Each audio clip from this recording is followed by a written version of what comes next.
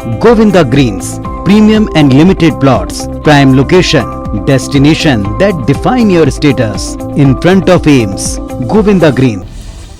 CM Shivraj Singh Chouhan आज police commissioner system लागू होने से पहले अधिकारियों की एक बैठक लेंगे। बैठक के बाद सरकार ड्राफ्ट पर अंतिम मुहर लगाएगी, जिसके बाद ये सिस्टम भोपाल और इंदौर में लागू होगा, जिससे प्रशासन के 14 अधिकार पुलिस कमिश्नर को मिलेंगे।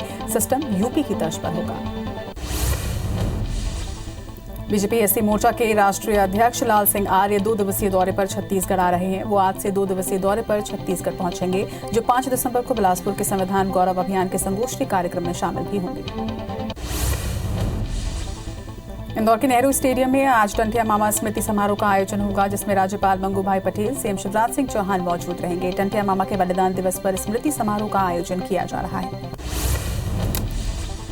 छत्तीसगढ़ विधानसभा का शीतकालीन सत्र 13 दिसंबर से 17 दिसंबर तक होगा। इस दौरान कुल 5 बैठकें होंगी। विधानसभा अध्यक्ष चरणदास महंत के मुताबिक 2 दिसंबर तक करीब 750 प्रश्न लग चुके हैं। प्रश्नों की संख्या आने वाले दिनों में और भी बढ़ सकती है। छत्तीसगढ़ के 15 निकायों के लिए 1666 अभ्यर्थियों ने नामांकन भरा है। भिलाई नगर निगम में 439, बरगांव नगर निगम में 209, चरौदा नगर निगम में 170, इसी तरह से सरिसाली नगर निगम में 214 अभ्यर्थियों ने नामांकन भरा। छत्तीसगढ़ में धान खरीदी का आज चौथा दिन है। प्रदेश में अब तक 4,19,000 मीट्रिक टन धान खरीदी की जा चुकी है और किसानों को 821 करोड़ 50 लाख से अधिक राशि का भुगतान भी किया जा चुका है। वहीं तीसरे दिन राजनांदगांव में सबसे ज्यादा धान खरीदी की गई। यहां 49,218 मीट्रिक टन धान की खरीदी हुई है। खरीदी केंद्रों से कस्टम मिलिंग के लिए धान का उठाव भी इसके साथ ही शुरू कर दिया गया है। राष्ट्रीय स्तर पर एक बार फिर से छत्तीसगढ़ सम्मानित हुआ है। आपको बता दें कि दिव्यांगजनों के कल्याण के लिए किए गए कामों को लेकर छत्तीसगढ़ को यह सम्मान मिला है। इसके लिए प्रेरित किया गया। राष्ट्रपति के हाथों मंत्री अनिला भेड़िया ने यह अवार्ड लिया। ओमिक्रॉन को लेकर जबलपुर में स्वास्थ्य महकमा अलर्ट मोड पर है। स्वास्थ्य विभाग ने कर्नाटक से जबलपुर आने वाली ट्रेनों पर विशेष नजर रखने के निर्देश दिए हैं। सीएमएचओ ने कर्नाटक से आने वाले यात्रियों की जांच के लिए प्लेटफॉर्म पर ही टीम तैनात करने को कहा है। कवर्धा के प्रभारी सचिव प्रसन्ना ने सुदूर क्षेत्र रिंगाखार कला में धान खरीदी केंद्र का निरीक्षण किया और सुचारू रूप से धान खरीदी के लिए आवश्यक दिशा निर्देश भी दिए। इसके साथ ही आर प्रसन्ना ने छत्तीसगढ़ मध्य प्रदेश बॉर्डर पहुंचकर चेक पोस्ट का भी निरीक्षण किया। कांग्रेस लगातार बढ़ती महंगाई के खिलाफ जन जागरण अभियान चला रही है। ग्वालियर में भी अभियान की शुरुआत शुक्रवार से की गई। नेता कार्यकर्ता जनता के बीच पहुंचे। वहीं कांग्रेस की तरफ से लोगों को अभियान से जोड़ने के लिए एक मिस्ड कॉल नंबर भी जारी किया गया है। कटनी जिले के सैकड़ों आशा उषा कार्यकर्ताओं ने एकत्रित होकर कलेक्टर कार्यालय गेट पर प्रदर्शन किया। इनका आरोप है कि महामारी से कोरोना के दौरान किए गए काम के लिए आशा उषा कार्यकर्ताओं को 1,000 रुपए प्रतिमाह प्रोत्साहन राशि दी जा रही थी, लेकिन अक्टूबर तक का उन्हें भुगतान नहीं किया गया है। दतिया मंडी परिसर में किसान खाद लेने के लिए लगातार लाइन में लगे हुए हैं, लेकिन उन्हें खाद नहीं मिल पा रही, जिसकी वजह से नाराज किसानों ने सड़कों पर उतरकर नारेबाजी की। उनका आरोप है कि प्रशासन के पास खाद उपलब्ध होने के बावजूद भी उन्हें नहीं दी जा रही है, जिसके चलते बोने में वो पिछड़ रहे हैं। वहीं शिकायत के बाद कलेक्टर ने कृषि अधिकारियों को फटकार भी लगाई थी। कोरबा में गृह निर्माण मंडल के संभागीय कार्यालय को उर्गा में स्थानांतरित किए जाने से लोगों की परेशानी हो रही है। वहीं दफ्तर बीते 20 साल से निहारकर संचालित हो रहा था, लेकिन अब लोगों को काम के लिए उर्गा पहुंचना मुश्किल पड़ रहा है। ऐसे में कई लोगों ने घरों का निर्माण अधर में लटका हुआ है। लोरमे के सालेघोरी गांव में एक तेज रफ्तार यात्री बस और मिनी ट्रक गाड़ी में टक्कर हो गई, जिससे बस में सवार 8 यात्री और मिनी ट्रक में सवार 4 यात्री गंभीर रूप से घायल हुए हैं, जिन्हें सामुदायिक स्वास्थ्य केंद्र में भर्ती करवाया गया है। और दुर्घटना के बाद नाराज ग्रामीणों ने बस में आग लगा दी। वहीं बस के ड्राइवर और कंडक्टर का घटना के बाद सही कोई पता नहीं।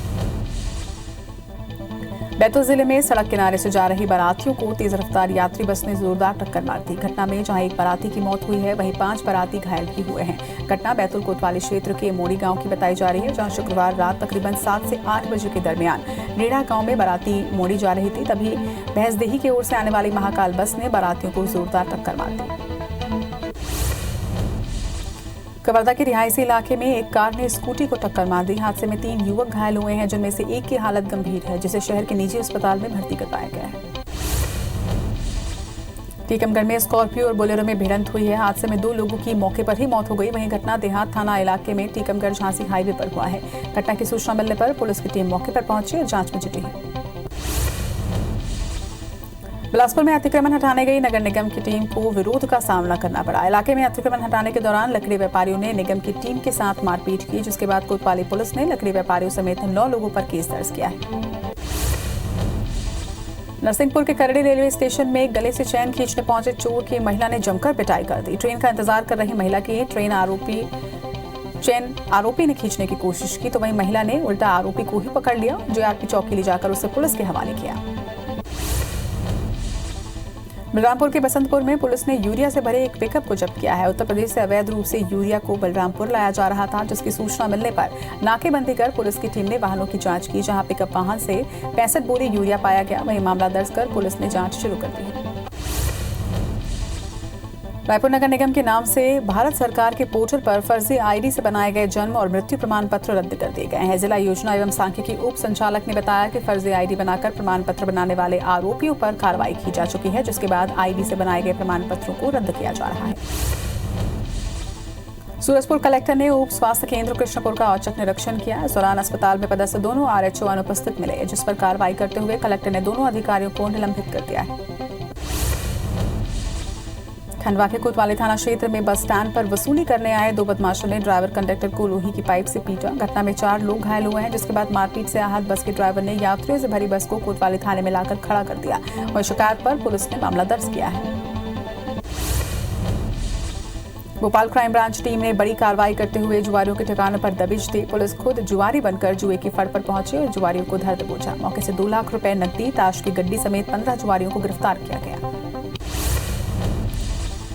भोपाल में इन दिनों बाइक सवार लुटेरों की गैंग सक्रिय है। राजधानी के मिसरोद और पिपलानी थाना क्षेत्र में लुटेरों ने जिन 2 घटनाओं को अंजाम दिया, उसके 24 घंटे बाद भी पुलिस लुटेरों को दबोचने में नाकाम रही है। शहर के 200 से अधिक कैमरे खंगालने के बाद भी आरोपियों का पता नहीं चल पाया है। मुंगेली में एक कैदी जेल से फरार हो गया है। पुलिस के मुताबिक निवास खार का रहने वाला कैदी दुष्कर्म के मामले में 4 महीने से जेल में बंद था। 2019 में भी 4 बंदी जेल से भाग निकले थे। हालांकि उस वक्त 3 बंदियों को पकड़ लिया गया था, लेकिन चौथा आज तक पुलिस की गिरफ्त से बाहर है। कोरबा पुलिस ने डीजल चोरी के आरोपी को गिरफ्तार किया है। पुलिस के मुताबिक आरोपी कमल अग्रवाल आदतन बदमाश है, जिस पर कोरबा के अलग अलग थानों में करीब 11 मामले दर्ज हैं। गिरफ्तारी के डर से आरोपी पिछले 8 महीनों से फरार था। सूरजपुर में एक ज्वेलरी शॉप से 90,000 के गहने चोरी हो गए हैं। दुकान में ग्राहक बनकर आई 2 महिलाएं सोना चांदी खरीदने के नाम पर जेवर लेकर फरार हो गई। शॉप के मालिक ने थाने में एफआईआर दर्ज करवाई। रायपुर के मोतीबाग में 2 युवक चाकू लेकर सार्वजनिक जगह पर लोगों को डराते धमकाते घूम रहे थे, जिसकी शिकायत मिलने पर पुलिस ने दोनों युवकों को गिरफ्तार किया है। आरोपी के खिलाफ धारा 307 के तहत हत्या के प्रयास का मामला दर्ज किया गया है। छत्तीसगढ़ में चल रही धान खरीदी शुरू होते ही बारदाने की चोरी तक होने लगी है। सूरजपुर के शिव प्रसाद नगर में गोदाम का ताला तोड़कर चोर करीब 200 से अधिक बारदाना चोरी करके ले गए। हालांकि पुलिस और प्रशासन ने कुछ घंटे में ही चोरों को धर दबोचा है। इसके साथ ही उनके कब्जे से 200 नग बारदाना भी जब्त कर लिया है। रायपुर की पुरानी बस्ती थाना पुलिस ने भाटा गांव के गंगा स्टील फैक्ट्री में लाखों रुपए की चोरी का खुलासा किया है। फैक्ट्री के कर्मचारी ने ही वारदात को अंजाम दिया था, जिसे पुलिस ने गिरफ्तार कर रिमांड में भेज दिया है। जांजगीर चांपा की बलौदा पुलिस ने लूट की घटना को अंजाम देने वाले 5 आरोपियों को गिरफ्तार किया। आरोपियों में 2 नाबालिग भी शामिल हैं। लूट के लिए इस्तेमाल किए गए 2 बाइक भी पुलिस ने बरामद कर लिए हैं। फिलहाल आरोपियों से पूछताछ की जा रही है। खंडवा के बेड़ियाव गांव में जंगली जानवरों की दहशत बनी हुई है। बीते दिनों किसान पर जानवर के हमले के बाद ग्रामीण डरे हुए हैं और रात में खेत पर जाने से भी परहेज कर रहे हैं। हालांकि वन विभाग की टीम जंगली जानवर के मूवमेंट पर नजर बनाए हुए है। शिवनी के बरघाट थाना क्षेत्र में एक ट्रक ने बाइक सवार को ठोकर मार दी, जिससे बाइक सवार युवक की मौके पर ही मौत हो गई। इसके बाद आक्रोशित ग्रामीणों ने बालाघाट शिवनी मार्ग पर चक्का जाम कर दिया, जिन्हें पुलिस और प्रशासनिक टीम ने मौके पर पहुंचकर समझाइश दी, तब जाकर मामला शांत हुआ। बालाघाट में सर्व समाज के लोगों ने तहसीलदार कार्यालय का घेराव कर ज्ञापन सौंपा। अनेकों समाज के लोग विधायक जायसवाल के समर्थन में आए। लोगों ने कहा कि विधायक ने किसी समाज के खिलाफ कोई विवादित बयान नहीं दिया है। प्रदीप जायसवाल की छवि खराब करने की कोशिश की जा रही है। नगरनार जगदलपुर कुम्हारवंड और सेमरा क्षेत्र में 2 वाहनों में रेत और 2 वाहनों में चूना पत्थर के अवैध परिवहन पर कार्रवाई की गई। बता दें कि खनिज विभाग द्वारा लगातार कार्रवाई की जा रही है।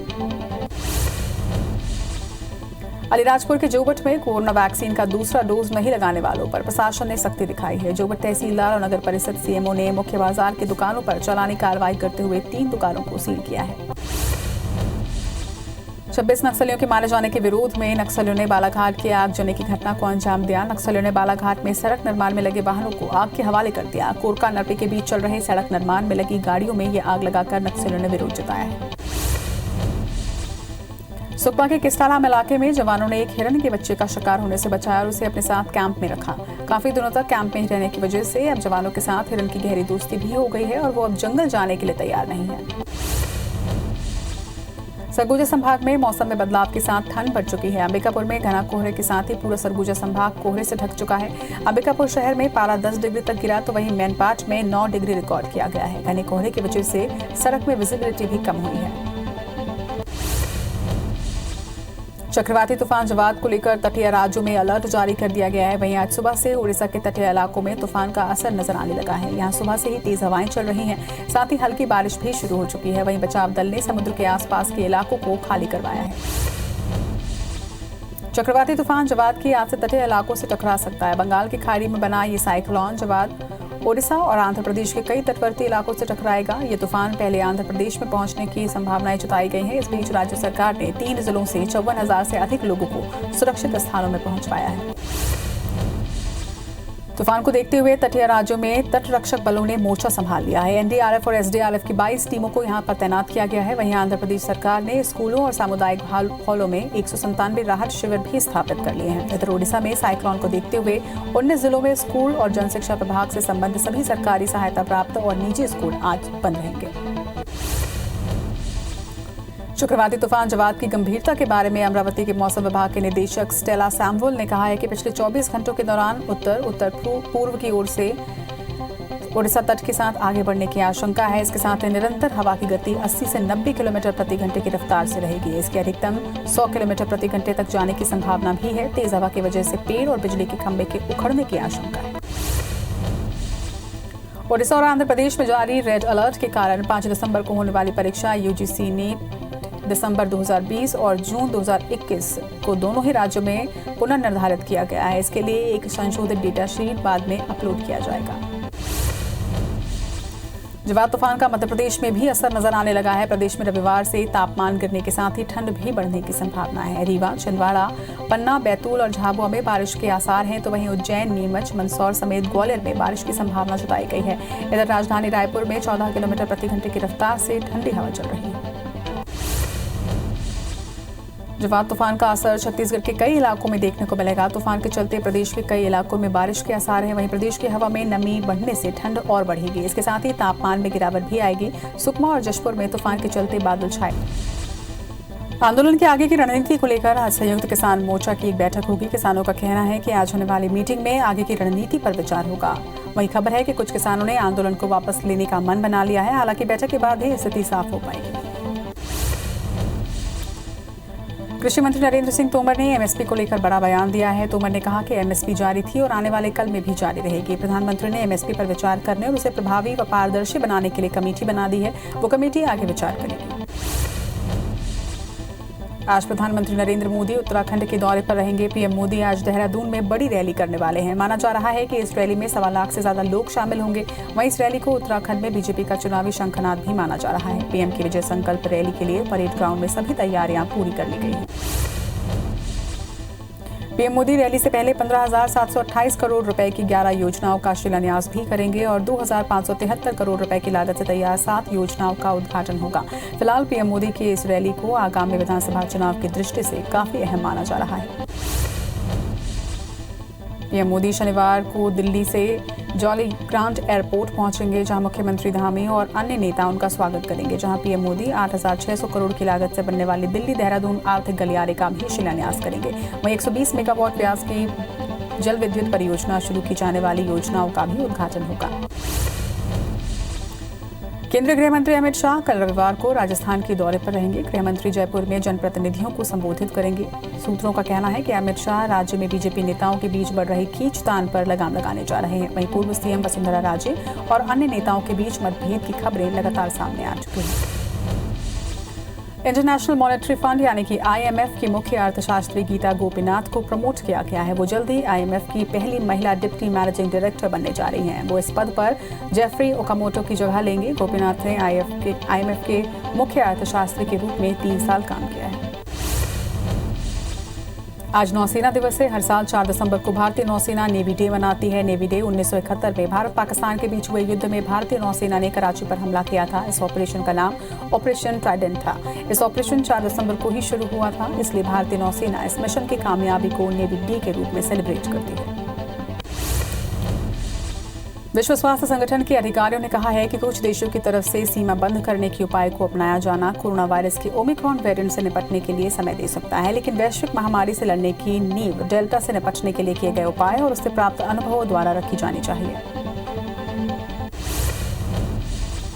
कोरोना के नए वेरिएंट के खतरे के बीच भारत में भी बूस्टर डोज लगाए जाने का प्रस्ताव रखा गया है। इंडियन सोर्स कोविड-2 जेनेटिक कंसोर्टियम के साइंटिस्ट ने 40 साल से ऊपर के लोगों के लिए बूस्टर डोज की सिफारिश की है। कंसोर्टियम ने बुलेटिन में कहा है कि इसमें फोकस उन पर रखा जाए जिन्हें खतरा ज्यादा है। कोरोना के नए वेरिएंट ओमिक्रॉन ने एक बार फिर से दुनिया भर में हड़कंप मचाया। इसी बीच ब्रिटेन में ओमिक्रॉन के 75 और मामलों की पुष्टि की गई है। इस नए मामले के साथ ही इंग्लैंड में कोरोना के ओमिक्रॉन वेरिएंट के कुल 104 मामले अब तक सामने आ चुके हैं। इंग्लैंड सरकार ने इसकी पुष्टि कर दी है। दुनिया भर में कोरोना के मामले बढ़ते हुए 26 करोड़ 51 लाख के पार पहुंच चुके हैं, तो वहीं कोरोना से मौत का आंकड़ा 52,58,000 के पार पहुंच चुका है। पूरी दुनिया में 23 करोड़ 88 लाख से ज्यादा मरीज कोरोना को हराकर स्वस्थ हुए हैं। वहीं दुनिया में एक्टिव मामले 2 करोड़ 10 लाख पर पहुंच चुके हैं। देश में वैक्सीनेशन का काम तेजी से आगे बढ़ रहा है। देश में वैक्सीनेशन के आंकड़े की अगर बात करें तो ये 126 करोड़ 57,000 के पार पहुंच चुका है, जिसमें 79 करोड़ 76 लाख से ज्यादा लोगों को पहला डोज और 46 करोड़ 81 लाख से ज्यादा लोगों को दोनों डोज लगाए जा चुके हैं। वहीं मध्य प्रदेश में 8 करोड़ 92 लाख और छत्तीसगढ़ में 2 करोड़ 63 लाख लोगों ने कोरोना की वैक्सीन लगवा ली है। ओमिक्रॉन के 2 नए मरीज के बाद केंद्र सरकार ने राज्यों को अलर्ट कर दिया है। केंद्रीय स्वास्थ्य सचिव राजेश भूषण ने राज्यों के मुख्य सचिवों को चिट्ठी लिखकर उन सभी से सतर्क रहने की सलाह दी है। अंतर्राष्ट्रीय यात्रियों के लिए दिए गए दिशा निर्देशों का पालन करने और ज्यादा कड़ाई से जांच करने के लिए भी निर्देशित किया गया है। 100% वैक्सीनेशन के लक्ष्य को पूरा करने के लिए इंदौर में टीकाकरण अभियान लगातार जारी है। अब तक यहां 90% आबादी को दूसरी डोज लगाए जा चुके हैं। वहीं 2,95,000 लोगों को दूसरी डोज लगनी अभी भी बाकी है, जिसके लिए वैक्सीनेशन अभियान इंदौर में तेज कर दिया गया है। छत्तीसगढ़ में 24 घंटे के अंदर कोरोना के 28 नए मरीजों की पुष्टि की गई, जिसमें सबसे ज्यादा 7 मरीज दुर्ग, 3 मरीज रायपुर में मिले हैं, तो वहीं 6 जिलों में 2 और 6 जिलों में 1-1 मरीजों की पहचान की गई। इसके बाद प्रदेश में एक्टिव मरीजों की संख्या बढ़कर 321 पर पहुंच चुकी है। तालिबान ने शुक्रवार को अपने सर्वोच्च नेता के नाम पर फरमान जारी किया है, जिसमें अफगान के सभी मंत्रालयों को महिलाओं के अधिकारों के मुद्दे पर गंभीरतापूर्वक कार्रवाई करने का निर्देश दिया गया, लेकिन जारी निर्देश पर उन्होंने लड़कियों की शिक्षा के मुद्दे पर चुप्पी साध ली है। जवान तूफान का असर रेल सेवा में भी नजर आ रहा है। तूफान के चलते उड़ीसा रूट की भोपाल से गुजरने वाली 2 ट्रेनें निरस्त कर दी गई हैं। विशाखापट्टनम, अमृतसर और इसी तरह से पूरी बलसाड़ एक्सप्रेस को रद्द कर दिया गया।